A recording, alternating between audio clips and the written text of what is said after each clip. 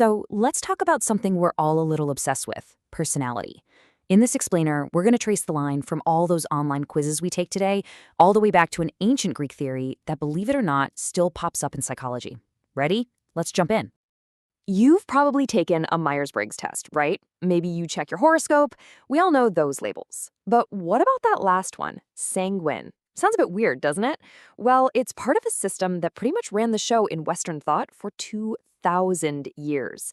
And it's the key to understanding why we just love to put ourselves and everyone else into little boxes. And this quote from Pamela Rutledge, it absolutely nails it. This isn't some new internet fad. It's a deep, fundamental human drive to categorize people, to try and make sense of why we act the way we do. And it's a quest that started a long, long time ago. So, where did this all begin? Well, for that, we have to wind the clock way back to ancient Greece and look at what you might call the OG personality test, the theory of the four humors. What's absolutely wild is just how long this idea stuck around. It started way back around 450 BCE when a philosopher suggested everything was just made of four elements, earth, air, fire, water. Then the famous doctor Hippocrates came along and said, hey, what if those elements are connected to four fluids in our bodies? But it was this guy, Galen, around 200 AD, who turned it into a full-blown personality system that doctors treated like gospel for the next 1,500 years. Okay, so here's the core idea. It's actually pretty simple. The theory said your personality was all about the balance of these four bodily fluids, or humors. If you had too much blood, you were sanguine, the life of the party, super sociable and optimistic. Too much yellow bile, you were choleric, ambitious, a little hot-headed. Lots of black bile made you melancholic, thoughtful, deep, maybe a bit sad. And finally, an excess of phlegm made you phlegmatic, super calm, cool, and patient.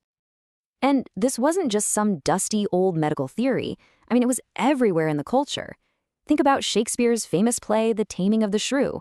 When the main character, Catherine, was being difficult and willful, audiences at the time didn't just see a character flaw. They saw a medical diagnosis. She was clearly a choleric, with way too much of that hot, fiery yellow bile. And this wasn't like a fun BuzzFeed quiz either. For centuries, this was serious science.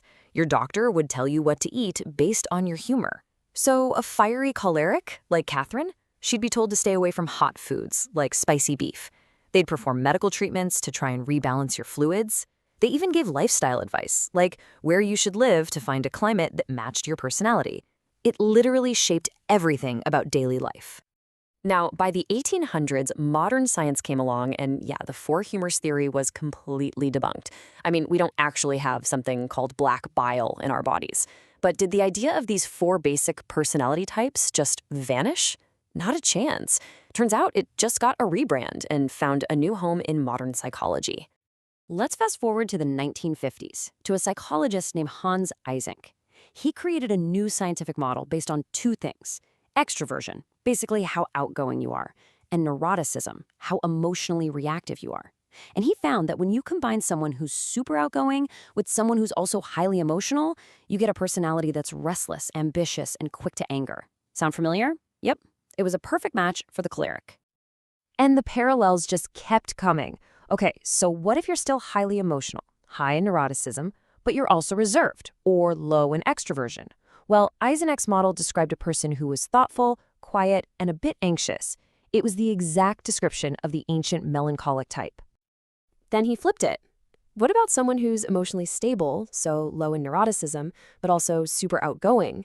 His model pointed to a personality that was sociable, optimistic, and a real people person. You guessed it, a dead ringer for the cheerful sanguine type from that ancient system. And for the final piece of the puzzle, you take low neuroticism and pair it with low extroversion. What do you get? A profile of someone who is calm, reliable, and totally even-tempered. Once again, it was a direct echo of the peaceful and patient phlegmatic. Eysenck himself was stunned. He really believed this was proof that the ancient Greeks had stumbled onto something fundamental about human nature. Okay, so that's a really cool historical connection, right? But you might be wondering, does any of this actually matter today? Well, as recently as 2018, some researchers in Indonesia decided to find out. They used Galen's four types to study the link between personality and emotional intelligence in a group of med students. And here's a look at what they found when they surveyed about 100 students. The most common type, at 35%, was sanguine, the sociable extroverts. After that came the thoughtful melancholy and the calm phlegmatic types. And the rarest? That was the fiery choleric type, at just 13%.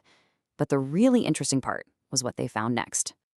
And boom, here's the big takeaway from the study. When the researchers measured emotional intelligence, things like self-awareness, empathy, social skills, one group really stood out. As you can see from the chart, the sanguine types scored way higher than everybody else. So the cheerful, optimistic, sociable people also had the best handle on their emotions. So, from Shakespeare diagnosing his characters, to modern psychologists seeing these ancient echoes in their data, to brand new studies still using these terms, it's pretty clear these categories have a powerful, lasting appeal. And that brings us to the really big question. Look, we know now from modern psychology that personality isn't a set of boxes. It's a spectrum, right? Most of us are somewhere in the middle of all these different traits. So if that's the scientific truth, why are we so obsessed with labels like choleric or ENTJ? Why do we love putting ourselves into these neat little categories? And the answer really is pretty simple. It's a shortcut.